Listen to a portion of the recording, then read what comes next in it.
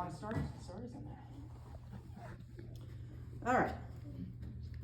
So I always take the first bullet because nobody likes to tell the first story. So I will tell the first story.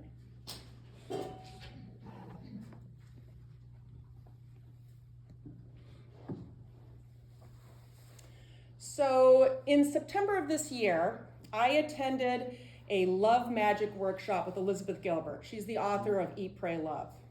Essentially, the workshop was about looking at cultural and familial shame patterns that essentially cause us to start to self-abandon and really become unkind towards ourselves. So the focus of the workshop was really about how do we develop a kinder, more gentler perspective towards ourselves. So one of the exercises was we had to write a story about a recent right time, right place experience. And I struggled. I literally couldn't think of anything that I had been in the right time, right place. So this past October, I returned to Estes Park, Colorado, after 28 years. I had been there right out of college. I led horseback rides into the Rocky Mountain National Park. So the first day I'm there, I decide I'm gonna hike a couple high peaks, and I'm in the shuttle going back to get in my car. And on the shuttle is a fellow hiker. Her name was Debbie Downey, not to be confused with Debbie Downer. And she was asking, where are you from? What are you doing? And I said, well, I was here 28 years ago, and I used to lead horseback rides at the YMCA. And she turns to me and she goes, you work with Steve and Evelyn Wilson? I said, yeah, those are my bosses. And she goes, they go to my church. You need to come to the Presbyterian church on Sunday, and you need to surprise them. And I thought for a second, and I was like, I'm sorry, Debbie, I can't. And inwardly, I'm thinking, I'm not going to subject my lesbian self to re-traumatization by going to church. But I also kind of felt bad because I really wanted to see Steve and Evelyn, and I hadn't really thought about them for 28 years. So now I'm going back to the ranch, and I'm going to take my first horseback ride. And now the owners are Alan and Julie Jackson. They were both wranglers when I worked there. And I show up, and Julie's there. And so we reminisce. I get to meet her kids. They're like 22 and 24, and they're both doing the same jobs that Alan and Julie had done. Back the same age. It was just so crazy to see that. So we get caught up, and Julie says, well, Alan, he does a lot of golfing these days. He may or may not come in. If he does come in, it's going to be later in the day, or if there's an incident during a ride, he'll come in. So I was like, okay. So I go out on this 3-hour ride, and there were a couple incidences. And actually, I was one of them. And so we're out on the trail, and this is during the elk season, where they're what's called the rut. So they're at breeding. So you'll see these huge herds of females, and 1 or 2 male bull elks are fighting over the herd. So I was excited. I really wanted to see some elk. So as we're riding along, we see a huge herd of elk. I'm so excited. I'm like that person. I'm grabbing my phone, and it falls out of my hand onto the trail. And I'm like horrified. And so I immediately broke the one rule that you're not supposed to break, which is do not get off your horse. I jump off my horse. I grab the phone. I jump back on the horse. And I just hear the wrangler, no, don't get off your horse. And and she came running. She's off her horse, running towards me. I said, I'm so sorry. It's kind of like if you're a really good swimmer and you like call for the lifeguard. I felt like I didn't need help, so I didn't call for her. Anyway, it got radioed in. Later in that ride, we're going up a steep ascent. A horse falls on its front knees, and as I turn around, the horse is on its front knees, and the woman just kind of rolls off. So now we've got a passenger, off her horse. Radios that in. So now there's 2 incidences, which is very rare for a ride. And I complete the ride. It's beautiful. And so as I get off the horse, who do I see coming towards me? Julie, followed by Alan. And he said, I got radioed in about the incidences, And when I heard it was you, I had to come. He goes, I don't even care about the fallen rider. Like, I just want to see you. I want to reconnect with you. And so we spent the next 5 hours reuniting. I also spent the next 5 hours reuniting with Coors Light. Coors Light, just pro tip, it's really good cold, at elevation, surrounded by horses outdoors. Just try it.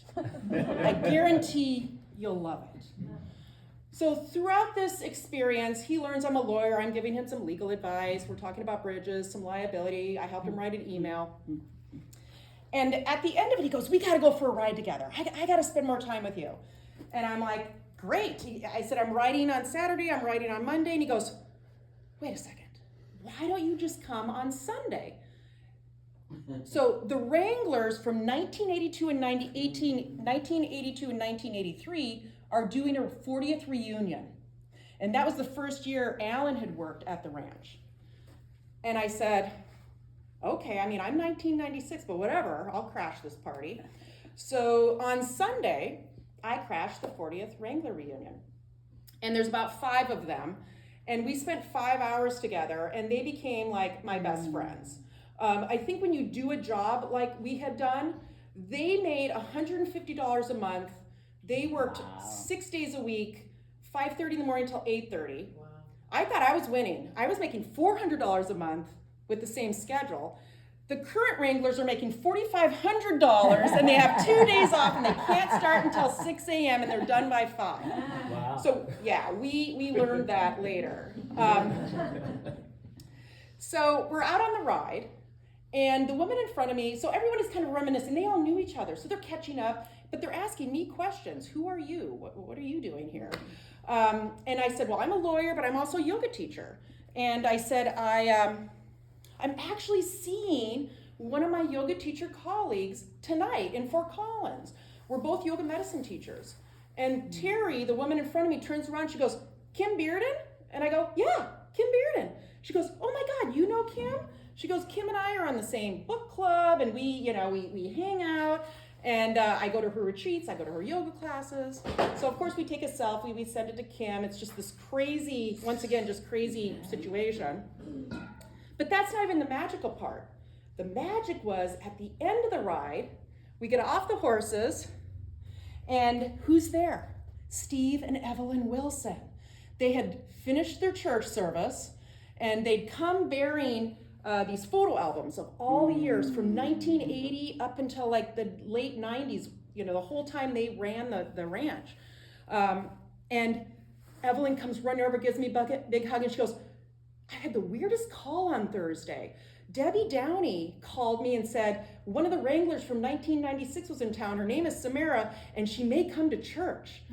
And Evelyn looked at me, and I said, Evelyn, I was never going to come to church. So there was one more thing that I wanted to do when I was in Estes. I wanted to hear the bugling of the elk. Now, if you've ever heard them bugle, it's this eerie sound, and it echoes throughout the whole Rocky Mountain Park. But I didn't hear them. I saw a lot of elk, but I did not hear the bugling. So now I'm leaving. It's Monday morning, 7 o'clock in the morning, and I'm driving downtown, and a huge herd of elk is crossing the road in front of me. So I stopped, I rolled my windows down, and this huge bull elk slowly walks across in front of me. He comes around to my passenger door, he turns, he kind of looks at me, and he belts out the biggest bugle. My little Fiat shook. I almost shit. And I could see the fog coming out of his mouth. And then they were just call and response all throughout the town, and it was just, I was like, okay, I can leave now. This is magical. So I realized that I came back to Estes Park thinking I was reuniting with a place, but I was actually reuniting to the deepest part of myself. I realized there is no right time and right place for me. It's just when I am actually curious and open and non-judgmental that the magic comes to me. Anytime, any place. And actually there's like 10 more situations that happened during this experience that are just magical and synchronicity. So I hope all of you can kind of harness those same qualities tonight and make this a very magical evening. So thank you.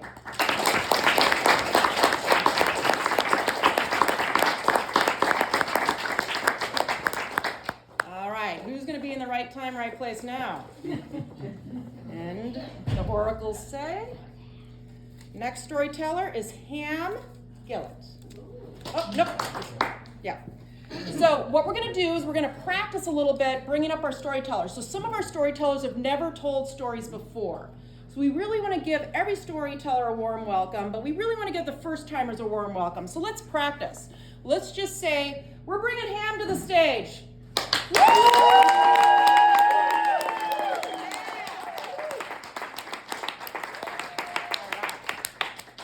So my story, obviously, was Elizabeth Gilbert's Eat, Pray, Love. If you haven't read it, it's a beautiful memoir about kind of what I just talked about. Being open, being curious, being non-judgmental. You can go to Italy and eat, you can go to India and you can pray, or you can go to Bali and you can find love. So it's a beautiful, obviously it was made into a movie. The books are always better. We're in a library. Well, we're not in a library, but we're adjacent to a library. It's a library event. So we really want to focus on reading. So beautiful book, love it. She's amazing. She's very inspirational, and I actually do love myself a little bit more after that workshop. So if you're interested, It's called Love Magic. All right, I'm going to randomly pull out while we let Ham collect himself. Let's just see what we got for a story here. All right, so actually I need to know what this story is about. This story is about, tell us about how you ended up living in Vermont. It's kind of a short story. It is Eleanor. Where's Eleanor? Oh, that's right. Eleanor. So Eleanor said, my sister lived here. Is your sister here? She had to move. Well, you're still here, and that's the most important thing. That's the irony of the story. I'm glad you filled that in. Well, welcome. I'm glad you're here. I'm glad you're in Vermont. Thank you for sharing. And now, without further ado, let's bring up Ham to the stage.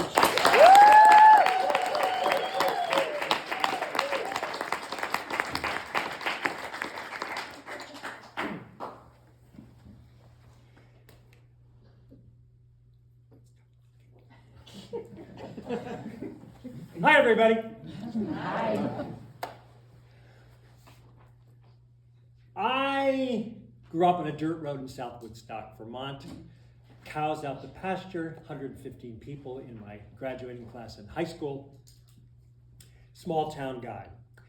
I ended up in the early 80s getting my MFA in acting at the University of North Carolina in Chapel Hill.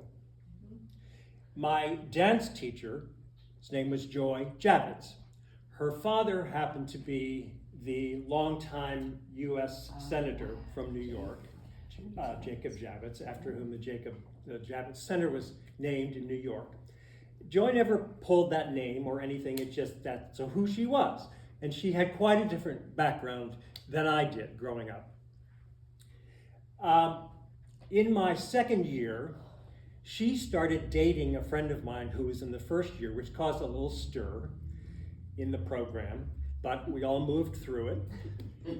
And in my third year, Joy and David decided to get married. So they planned this big wedding in Chapel Hill, wedding, an outdoor wedding, and a dance and a celebration with this local bluegrass group, the Red Clay Ramblers.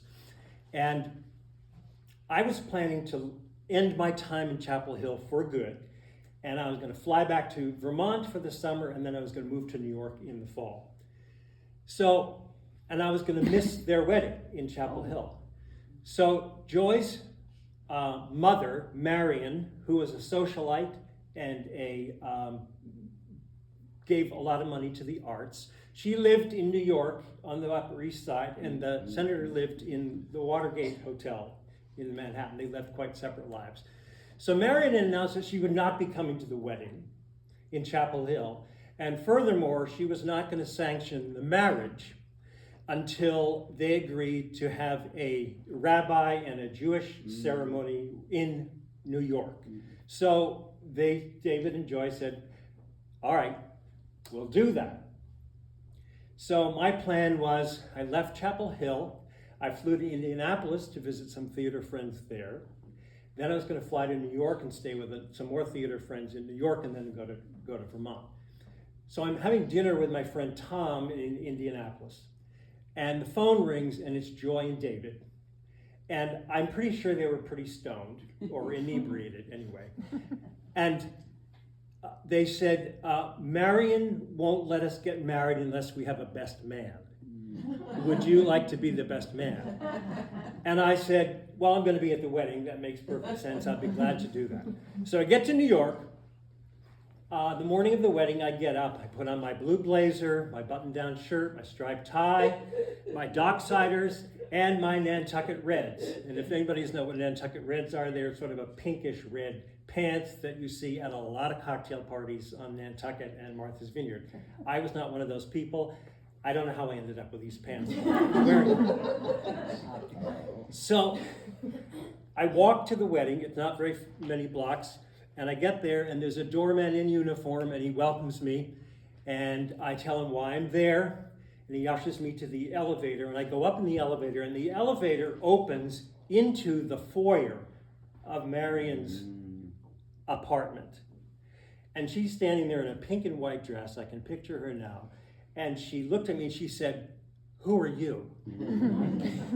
And I said, I'm Hamilton. I'm the best man. And I had spent the previous Thanksgiving with the entire Javits family in Chapel Hill, but never mind. Marion didn't recognize me. And then she looked at my clothes and she said, well, you can go down the hall and change. And I thought, okay, what am I going to change into? So she led me into the living room, which was gigantic. It was like the size of a small basketball court. Huge, tall windows. Original Jasper Johns and Jackson Pollock, big paintings hanging on the wall, and then there's a balcony running across the width of the living room. And the living room is like 2 stories. And standing in the balcony is Zubin Mehta, who's the conductor of the of the New York Philharmonic, and a string quartet. So, all the furniture's been moved, and so there were chairs set up, about 40 or 50 chairs all set up, with the chuppah next to the front. So I go in the back room, and the first person I see is my dear friend David, who's standing in the corner in his wedding suit looking like he'd been poisoned. So I gave him a big hug, and Joy's brother Josh, who's a lovely man, was there, and I said, Josh, Marion would like me to change. So he opens up this closet, and there's all these suits and clothing of the senators. And he hands me a dark blue suit. Now, Senator was not a big man. In my memory, he was about 5'6". And so I put the pants on, and they came up to about here on me. So I pulled the top down as far as I could without them falling off. So the crotch of the pants is somewhere between my knees and my own crotch. But they looked okay on the bottom. So I put the jacket on, and then the sleeves came up to here. And then Josh gets me a pair of the black shoes. The Senator's black shoes, he had at the most a size 9, and mine are 10 and a half. They're 2 different sizes. Squeeze my feet in. So we're standing there waiting, and then we're called into the living room to practice walking in with the music. And I'm Carla, Joy's sister, is on my arm, and we start marching in, and the music's playing, and all of a sudden the music stops, and there's a banging on the railing, and Maestro Mehta saying, "You cannot march to the music!" So we started again, and we marched, and we got through it, and we returned back to this inner sanctum. I don't know whether it was the senator's bedroom or dressing room or what. So now we're waiting for the rabbi to show up. And you can hear all the guests arriving in the room, and we're waiting, and we're waiting, and we're waiting, and about 15 or 20 minutes after the ceremony was supposed to start, the rabbi comes blowing into the room, and he puts Joy's face in his hands, and he says, "I'm sorry I'm so late, but let's make this beautiful." We go into the living room, the music starts, we march in, the senator is there, late stages of ALS, he's on a breathing machine in his wheelchair, this lovely piece of white fabric is covering up his breathing apparatus. Of course, that blows off and falls on the floor. The goblet is crushed, the ceremony's over, and as soon as the ceremony is over, these caterers come out of the kitchen carrying big plates of Alaskan king crab. And I'm looking around, and there's Barbara Walters, and there's Hal Prince, who's a big Broadway producer, director. There's Jerzy Kosinski, who was a very hot writer at the time, and who knows who else. I couldn't take it all in. But I'm standing there and thinking, I do not belong here. My job is done. So I went into the back, and I changed into my Nantucket Reds, and I came back out, and the room was full of these people, all these New York society people, famous celebrities, blah, blah, blah. And my friend Atticus is like a deer in the headlights, and he's got somebody, standing next to him, congratulating him. And I tapped on his shoulder. I said, "Man, can I just talk to you for a minute?" And he said, he came over, and I said, "David, I have to go.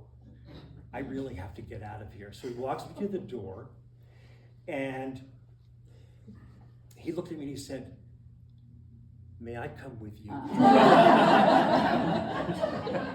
I gave him a big hug, and I left, and I went down the elevator. I was so relieved to be out of there. I was such a fish out of water. And the sad thing was, David was too. Marion had made it very clear to him when he first started dating Joy that she did not approve of him. He was a working class guy like me, and that he was not fit to marry into the Javits family. They ended up finishing in Chapel Hill. They moved to New York. 3 years later, they were separated. David went to LA. Joy moved back to Chapel Hill. I'm rarely in touch with her. Lovely woman. David ended up in New Orleans as a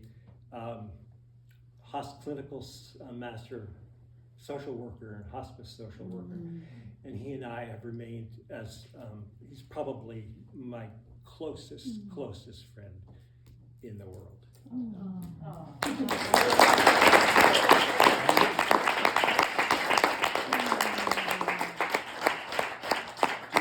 Okay, get the person.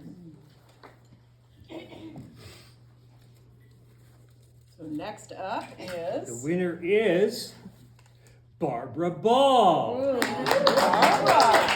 So this will be Barbara's first time speaking, so we will give her a warm welcome when we call her up. Go ahead and grab your story.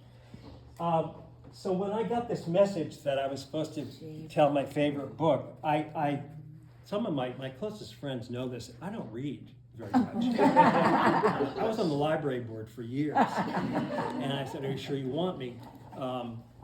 And yes, and so when I do read, I read in spades of I'll read 6 books, and then I won't read another book for a year and a half. And when I was thinking, oh God, who are my favorite authors? I love Ivan Doig, who writes about Montana, if anybody's heard of him. And I love Wendell Berry. So this name popped up, Jayber Crow. I said, yep, I've read that book. What do I want to say about this book? The fact that I remembered it after all these years was a big plus. But it speaks to me because I love Wendell Berry. I love what he stands for. I love all his writing. He's a bit like Ivan Doig, that he writes wonderful descriptions of people and places, the natural world, and how they fit in and how they connect. And it reminded me a lot of my childhood and how the reason that I moved back here to Vermont is because I wanted to be close to this. And I was done with the city and the noise and the pollution and the crazy people. And so this just brings me back, and I would highly recommend it. I'm reading some of his short stories that Marv loaned me, and just remembering why I loved him so much.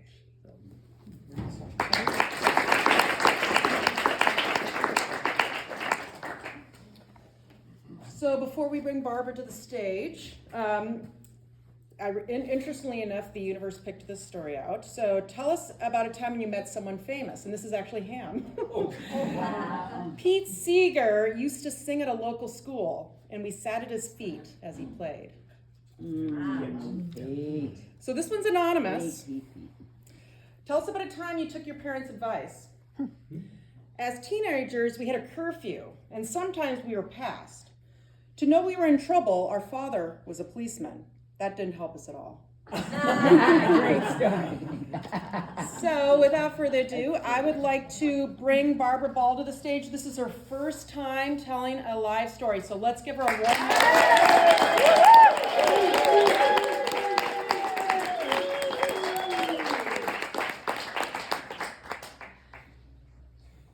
So, I was a senior in high school, and I'd already been accepted to a few colleges when I turned 18. And soon after that, I started working at Howard Johnson's in Springfield. Should I wait for the train to pass? I'm gonna wait for the You get a pass. You get a pass. You can wait.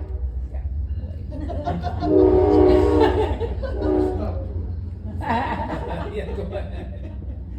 Okay. So right after I turned 18, I got a job at Howard Johnson's restaurant in Springfield as a server, and I found out I loved it.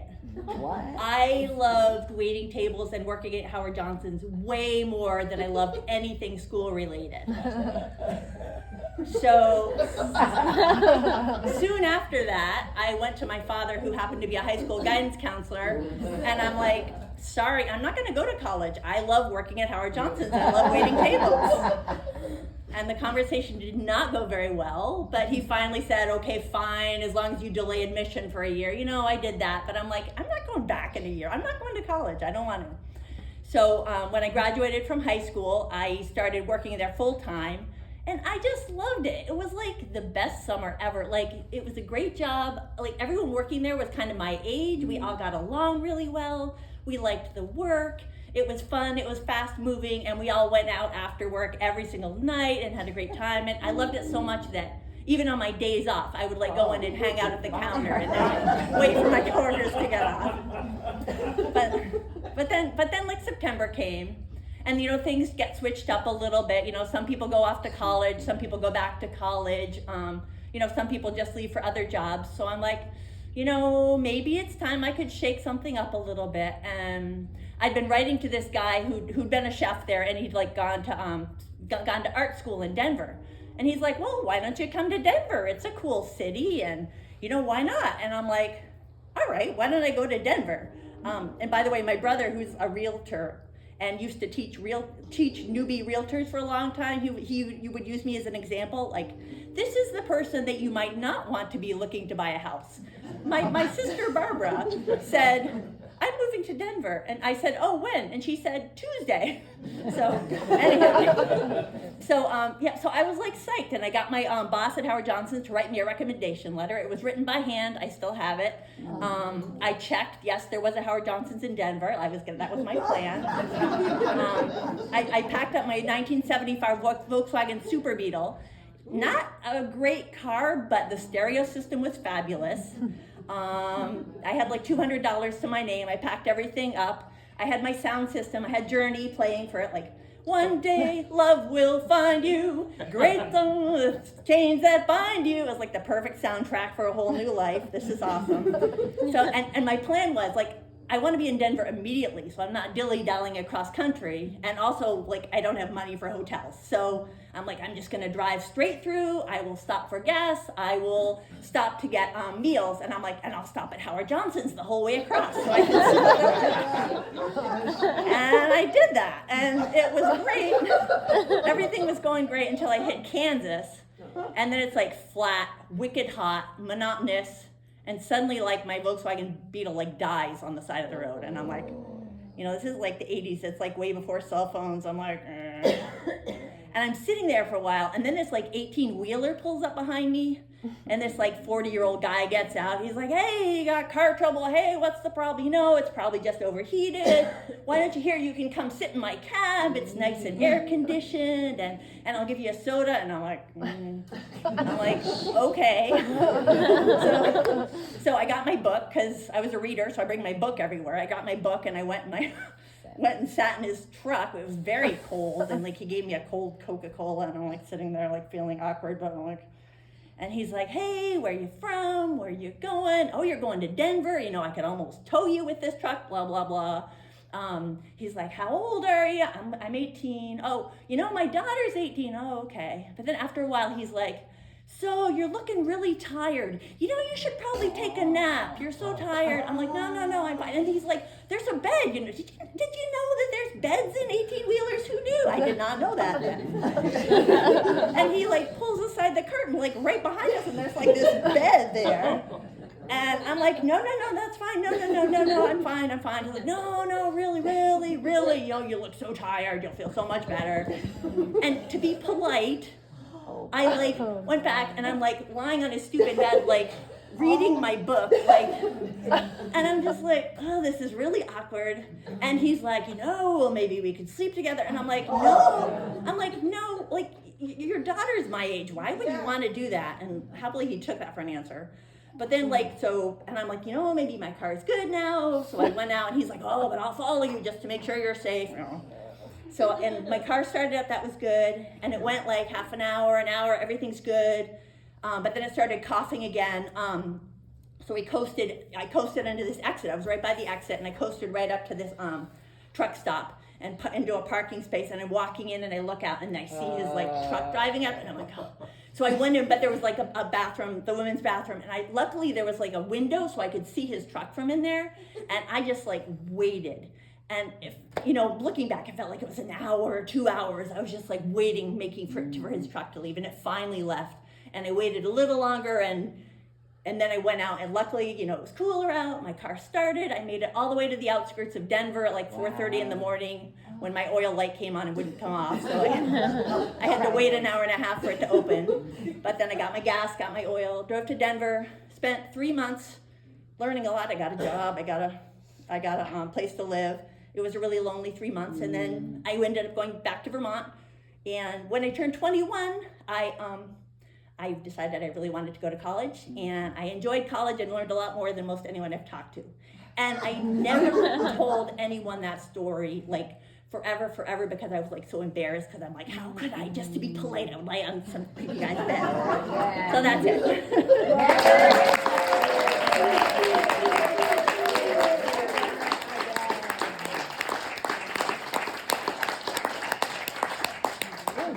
Natalie Frost is next. Natalie Frost on deck. Thank you. And this book, The Spirit Catches You When You Fall Down, I read it in the 90s. This book has stayed with me, and I was so glad to see it was re-released in 2012. This book is like Google Earth, where like it like really examines this like medical situation with this poor Hmong family and these doctors. And it looks at the huge, like it looks like what happened in the Vietnam War and how the Hmong were part of it, and then how they came to the U.S. But then it looks like who these doctors are and what their life is, and who are these families and what their life is. And it's a tragic story that like tears your heart, but it's just so wonderful that you just like love everyone in it, and it's just like, it's an amazing book. Thank you.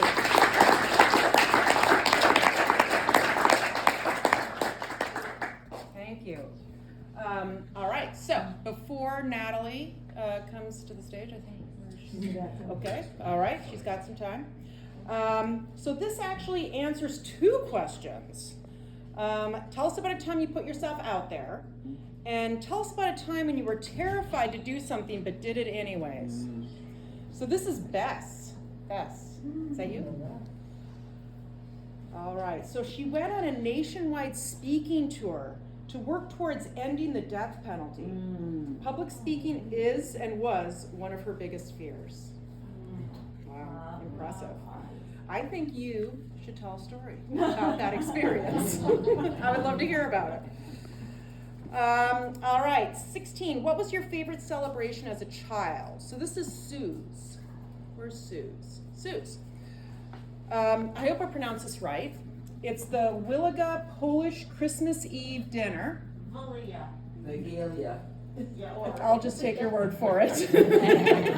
I don't know if I can say that word. It begins when the first star appears in the evening sky. We gather at the dining table, follow readings, sing Silent Night, break hosts. Yeah. Okay, what is it? Okay. Okay, yeah, easy for you to see. Each other. What is it? You breaking something on each other? Like breaking bread. Okay. Are you breaking it on a person? You're sharing. Okay. So you're taking a piece of the others. Okay, so you're sharing. We have made a cross with honey and enjoy a dinner and a number of dishes representing sweet and sour in life. We forgive each other to begin the new year. Great. I love What a that. great tradition. I love that. All right, so Natalie has not told a story before. So let's give Natalie a warm welcome.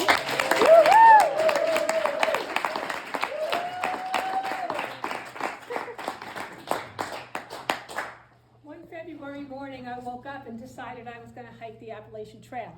I had 6 weeks to prepare. I'm gathering things together. I knew nothing about doing it except that I had this dream for doing it. So I'm getting things together and thinking, oh, I can't do this. I can do this. I can't do this. Yes, I can. I'm not ready. I'm ready. I'm not ready. I'll never be ready. Well, so just do it. Don't quit before you even set foot on the trail. So I went around telling everyone, I am doing this hike. So intention is very powerful. Intention and then leads to action.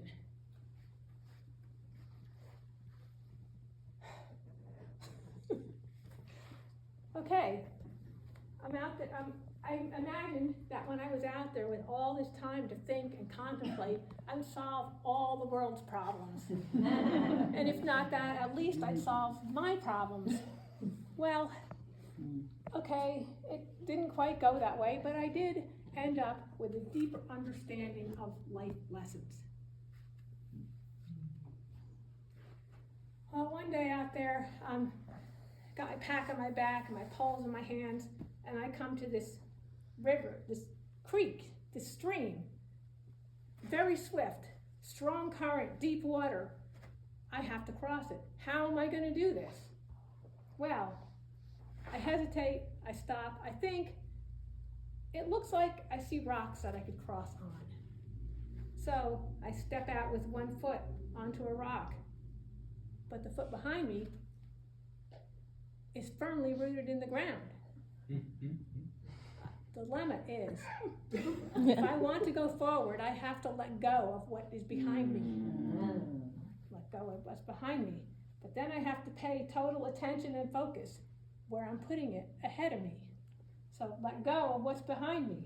Pay attention to what's right there. And in one more step, that one is also behind me. Finally, I reach the other side and clamber up to dry ground. Success, accomplishment. So, you're out there walking day after day after day, and people say, well, how do you keep yourself going? Well, walking along and say, well, okay, I can go for an hour. I go an hour. I stop. I made it an hour. Success, accomplishment. Okay, okay, I'll stop at the top of the hill.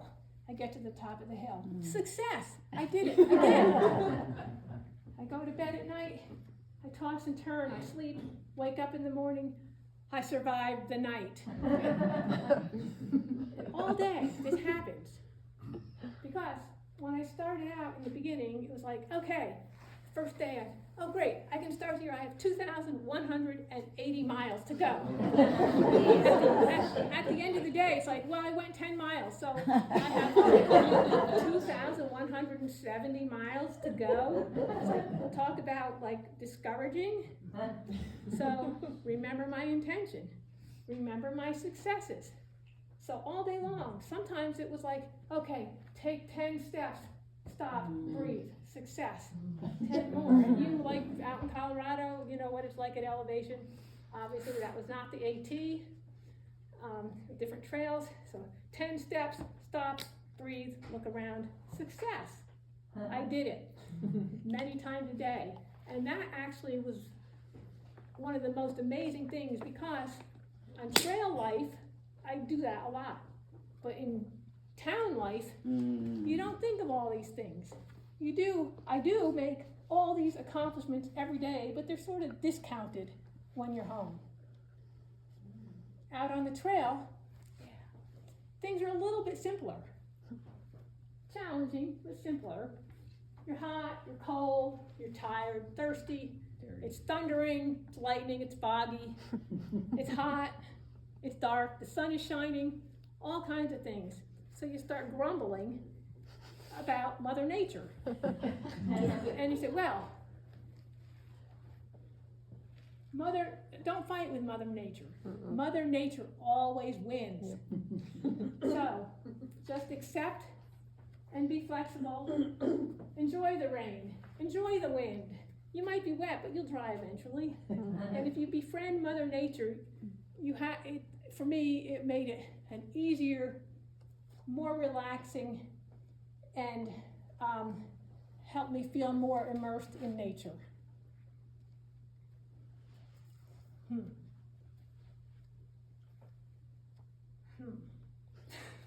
Okay, now let's see. What else happens? Sometimes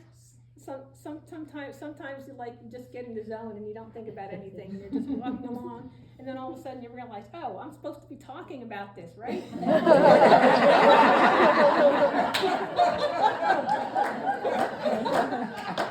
That's great.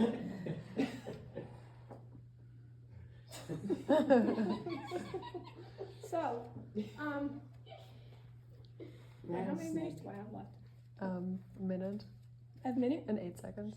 Oh, okay. More. Okay. Natalie. So, no, I know. That's not coming into it tonight. Mount Katahdin. So there's a lot of things that happen. There's all these fearful moments, and basically through hikers, their mentality is, oh, well, maybe they don't even consider turning back. You have to keep going on. So you find a way around, over, through, or somehow, and you get it done. And I look back and I say, I actually did that? Mm-hmm. So, one of the other things is, it's like, fall? You might fall? Well, maybe, no, it's not maybe you'll fall. You will fall. Fall is pretty close to fail. You will fall. You will fail. Fall down, laying there on the hard dirt. What do? Pick myself up, dust myself off, and keep on walking.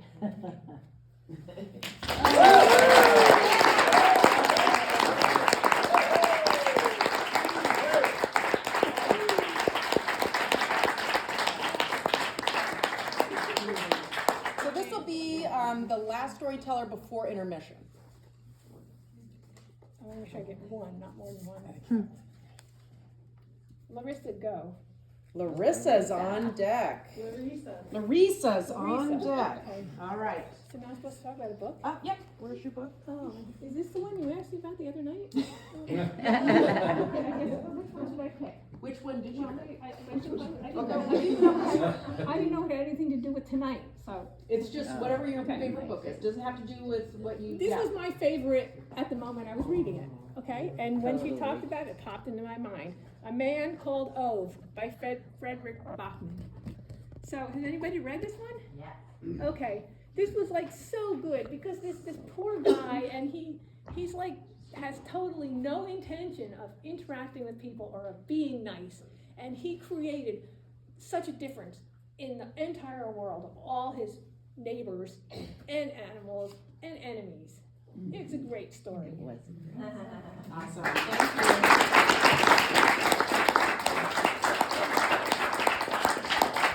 And this is in the library. Along with the rest of this book.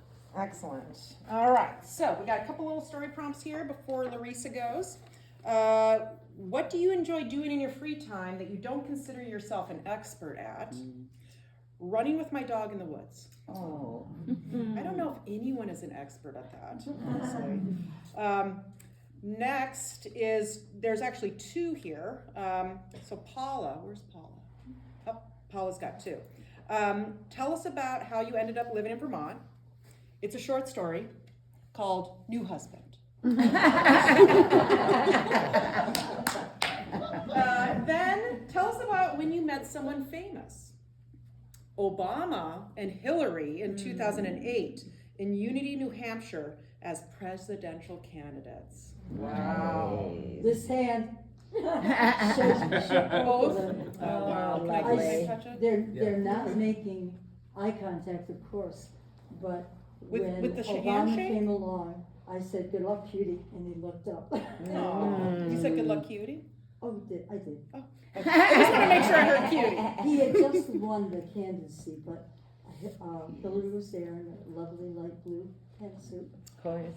Wonderful. It's great. Well, I hope that's a good omen for this year. No kidding. All right, so, actually, let me see, Larissa, this is her first time telling a story. So let's give her a warm welcome.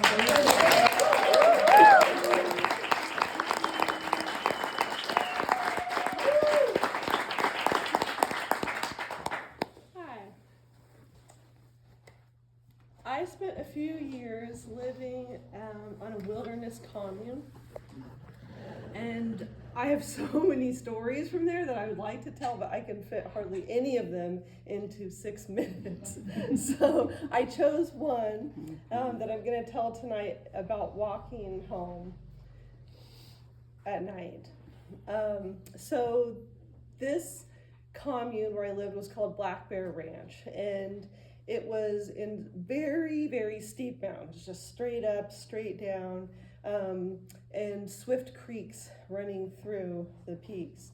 The Black Bear Ranch was an old mining town, and the main house that we called our home and where it was the center of activity there was, you know, where a couple creeks came together, and there was about 9 different cabins spread out, mostly along the creeks, one of them in the meadow, except for my cabin was called the Upper Gulch, and it was way up on the slope. It was way the furthest one out because nobody wanted to live up there, because the fact is you have to walk home at night, right, to this little cabin. It was barely bigger than a single bed, but it was home. And it was a place to sleep, and I didn't mind the hike.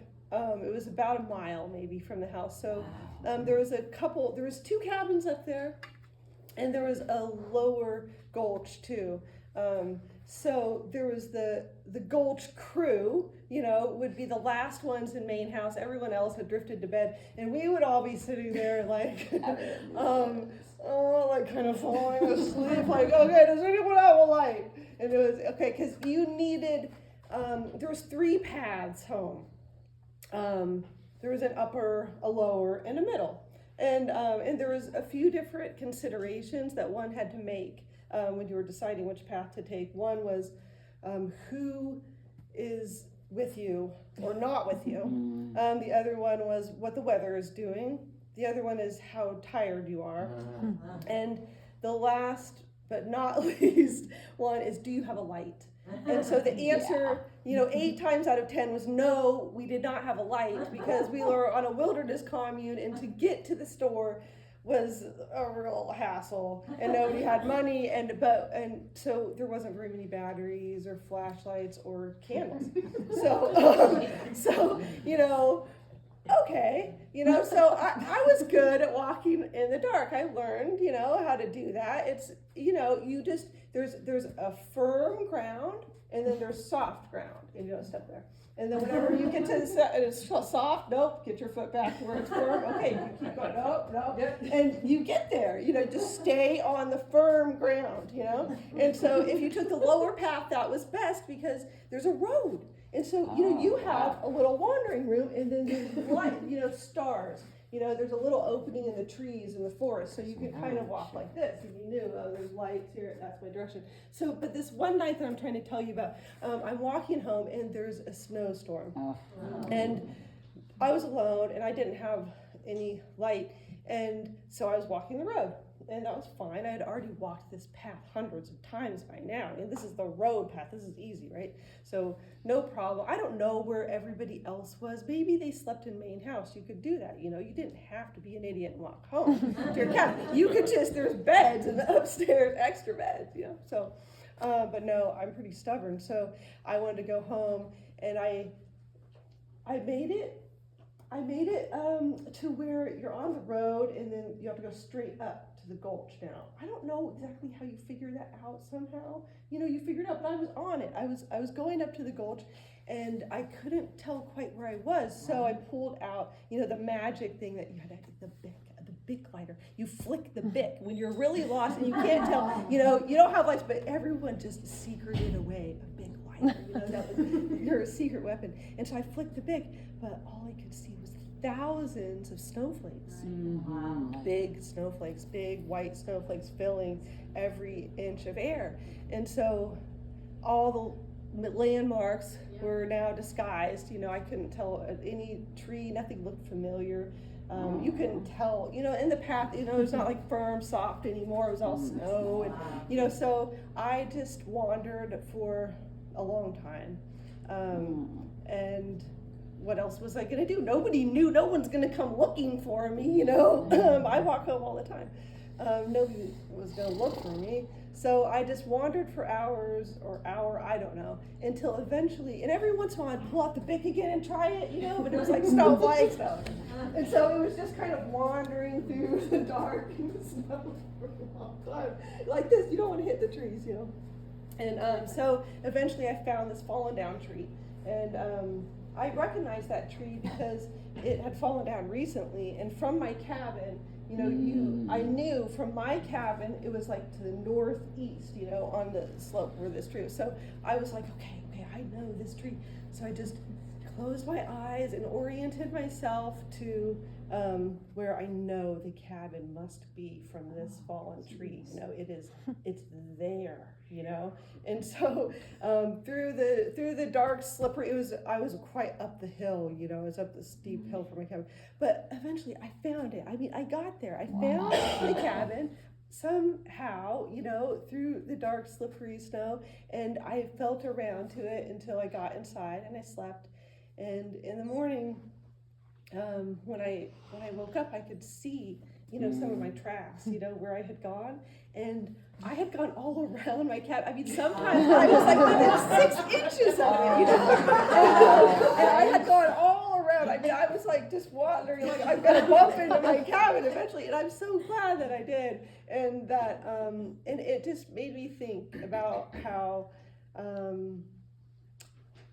Sometimes we're wandering in the dark, in the darkest of darks, and we don't have a light, and we're wandering. We don't know where we are, and just to take heart, because a lot of times what we're looking for, it might be right under our nose, and you're almost there. Keep going. That's good. That's my story.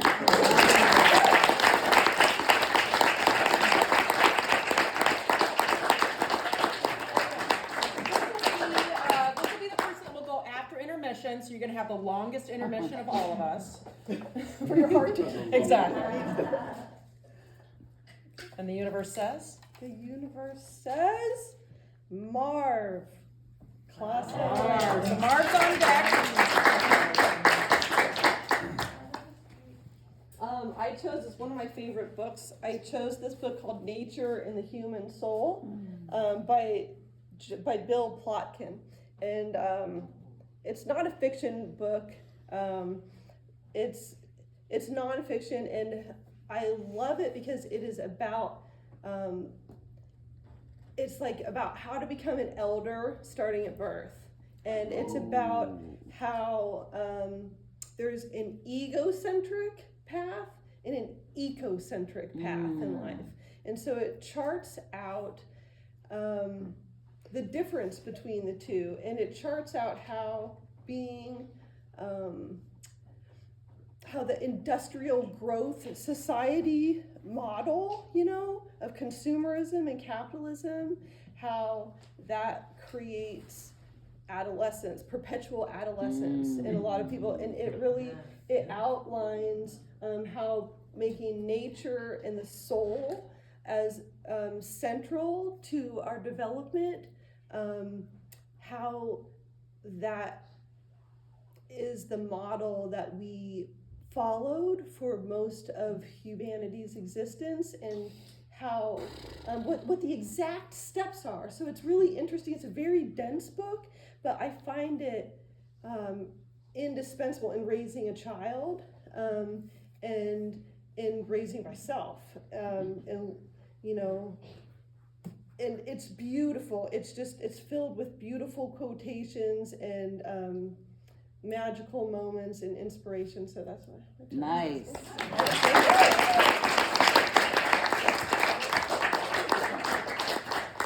So we'll take a brief intermission. We'll come back at 7:20. You'll hear the bell ringing. So you can check out the books.